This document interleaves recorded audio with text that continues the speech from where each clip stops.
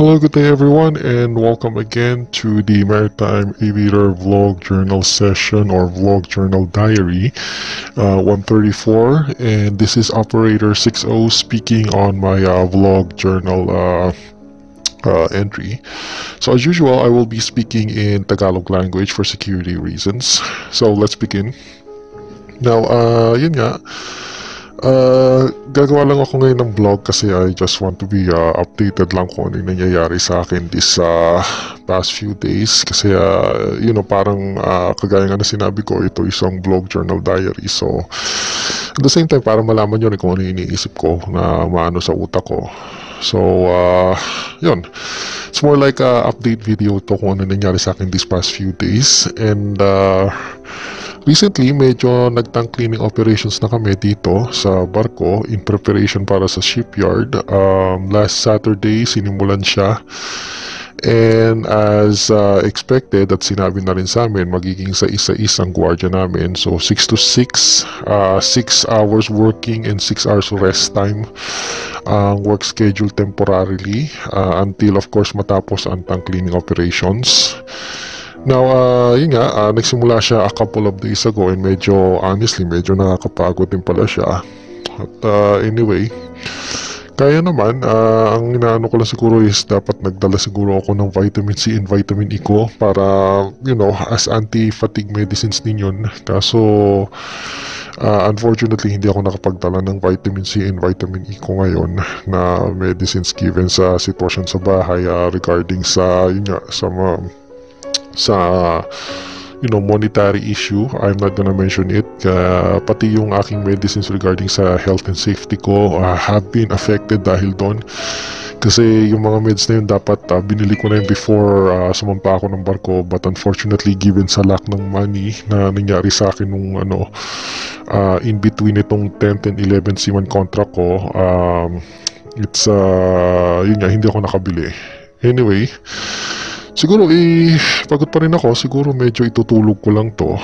Sa ngayon, I think natapos na yung tank cleaning operations namin.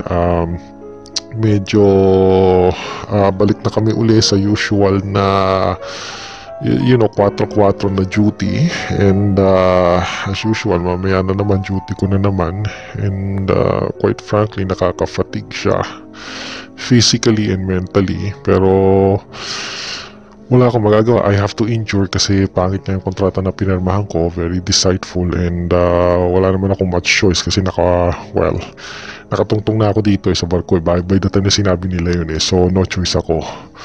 Kasi kung land-based to be honest, hindi mo na ako makikita ngayon, lalayasan ko sila. But anyway, hindi naman ako nandito para yun nga, gusto ko lang sabihin na despite nung na maraming nagtatrabaho sa kubyerta nung tank cleaning operations and medyo alanganin na magkuha ako at mag-video ng footage, I am still successful pa rin na nakakuha ako ng some footages, and gumawa pa nga ako ng another vlog journal entry about sa yung naggagas naggagas measuring ako sa isang cargo hold or cargo tank, since tanker to. Ang ginamit ko na camera is itong Spycam na to, which is very useful kasi maliit lang siya, so inconspicuous, hindi siya masyado nahalata na nag-video ko. Although siguro ang tatakpan ko lang dito yung light source na blinking niya, but either in regards sa performance na tinesting ko, okay naman siya. And also, ang problema din dito, like I said before, wala tong image stabilization feature, so hindi maalog yung mga niya, kung hindi siya katulad nung standard na action camera na may image stabilization feature na kahit naglalakad ka hindi maalog ang videos. So yun, successful naman siya, nakakuha ako ng mga videos, and doon sa tank cleaning na yun, I've shown na nag-gas measured ako. Now, gusto ko na ipakita itong video na to. Just give me a second here. Ito yung video na regarding sa kung paano namin ginagas free or ano yung ginagamit namin na gamit sa gas freeing. And okay, pakita ko sa inyo. Ito yung gamit ko na camera, by the way. So just give me a moment. So So ayan, nakikita mo sa nakikita nyo sa videos, ito yung kinuha ko na videos. Ayan yung nakikita mo, yan yung pinaka parang paano namin biniventilate yung gas tank. Ito yung parang water powered na industrial fan. Yan dilaw na nakikita nyo sa screen na yan.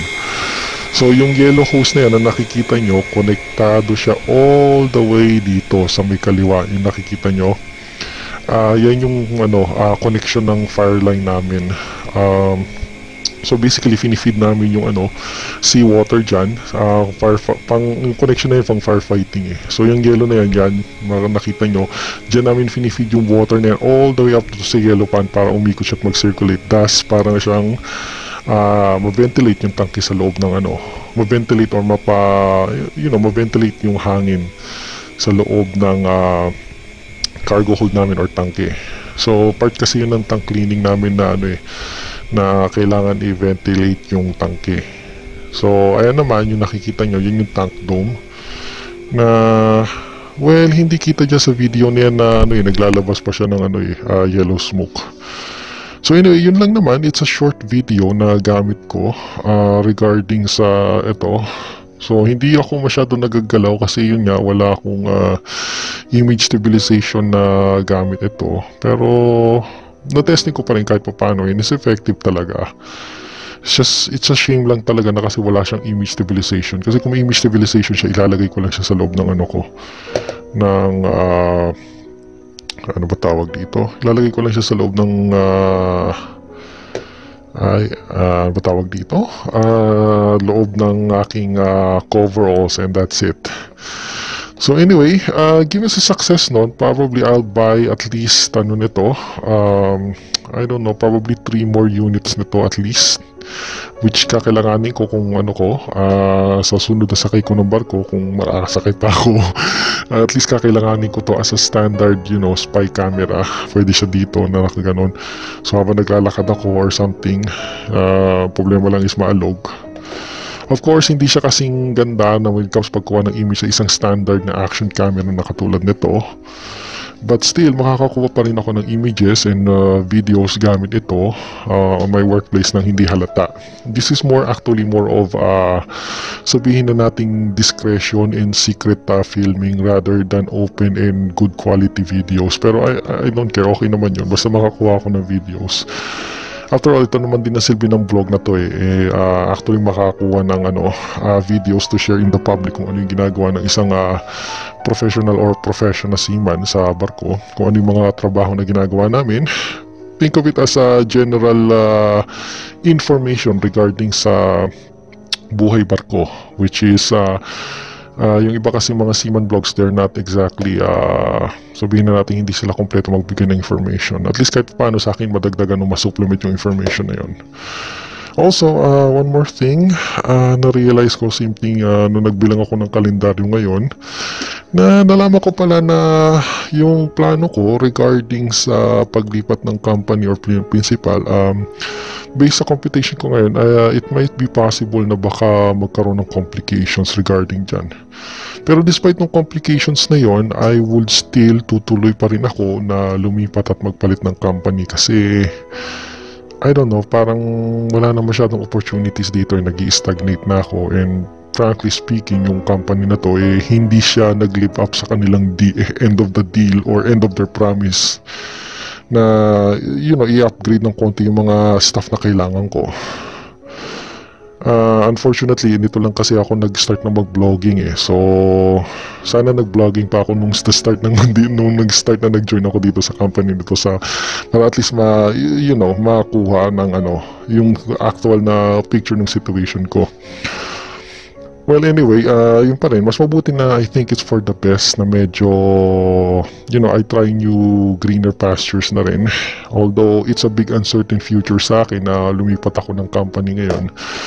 Kasi I've made some computations and probably na-reach ko na conclusion na medyo medyo nasa alanganin na ako over age, to be specific.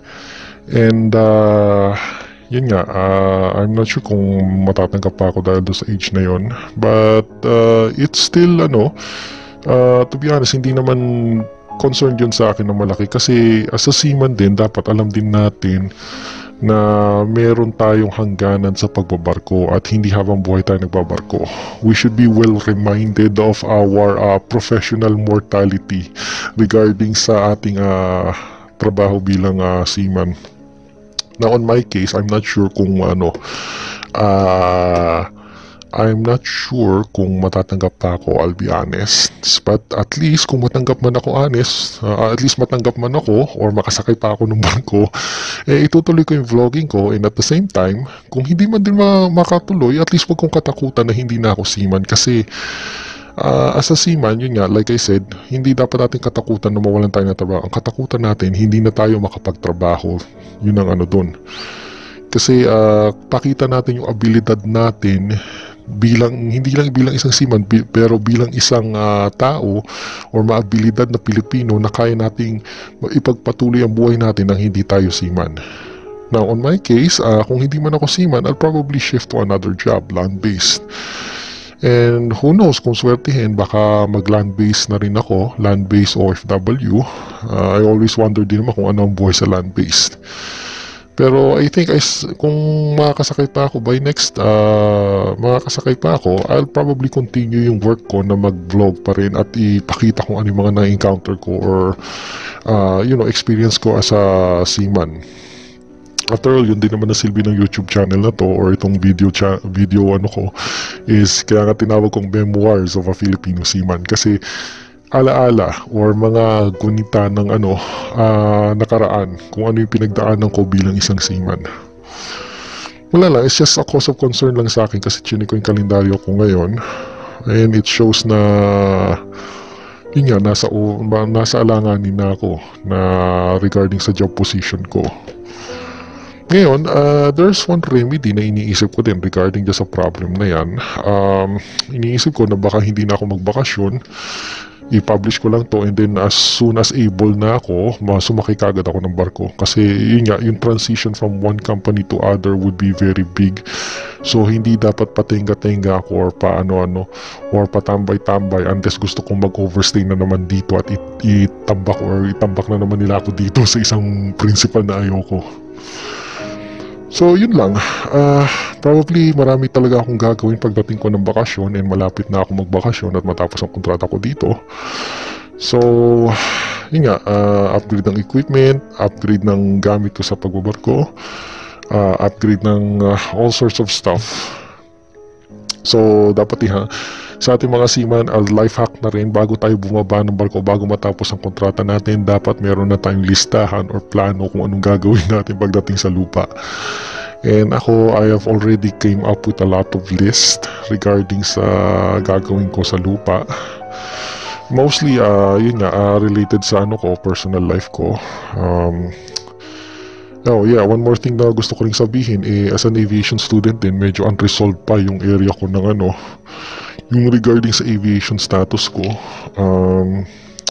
I'm not sure kung magiging fully operational siya kasi I've made some financial mistakes talaga this past few years.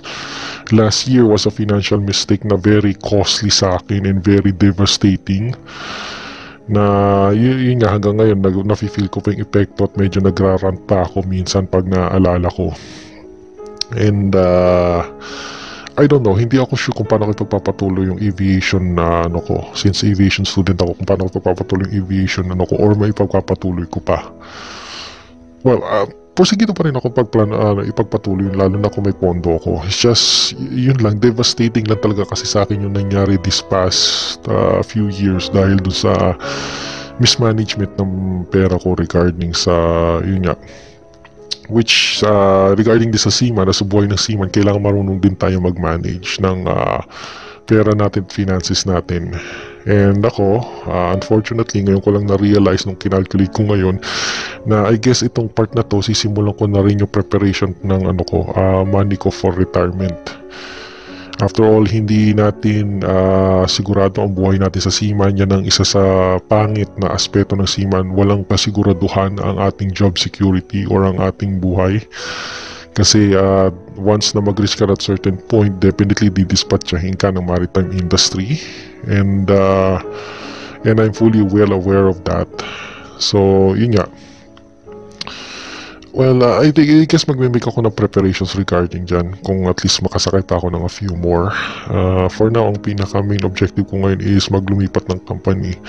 And who knows, kung maganda yung lilipatan ko, I could probably stay in there na just to play safe na rin ng mga ilang sakay pa. At least makompleto ko yung enough videos and data para sa, you know, sa itong YouTube channel na to, kasi parang long term project ko din to na makumpleto ko, at least makapag ipon ako ng enough videos para yun nga masustain ko tong view. Well, hindi naman masustain, pero para at least enough videos para at least in years to come, or enough knowledge at least kung sino man na makakapanood nito. Anyway, yun kaya nga tinawag natin na Memoirs of a Filipino Seaman, di ba? So ibig sabihin, yun nga, you get the idea. So ano pa ba? Oh yeah, okay, mabalik ako. Regarding din sa work pala, there's some news na baka bumunot ng angkla maya-maya, pero I'm not sure.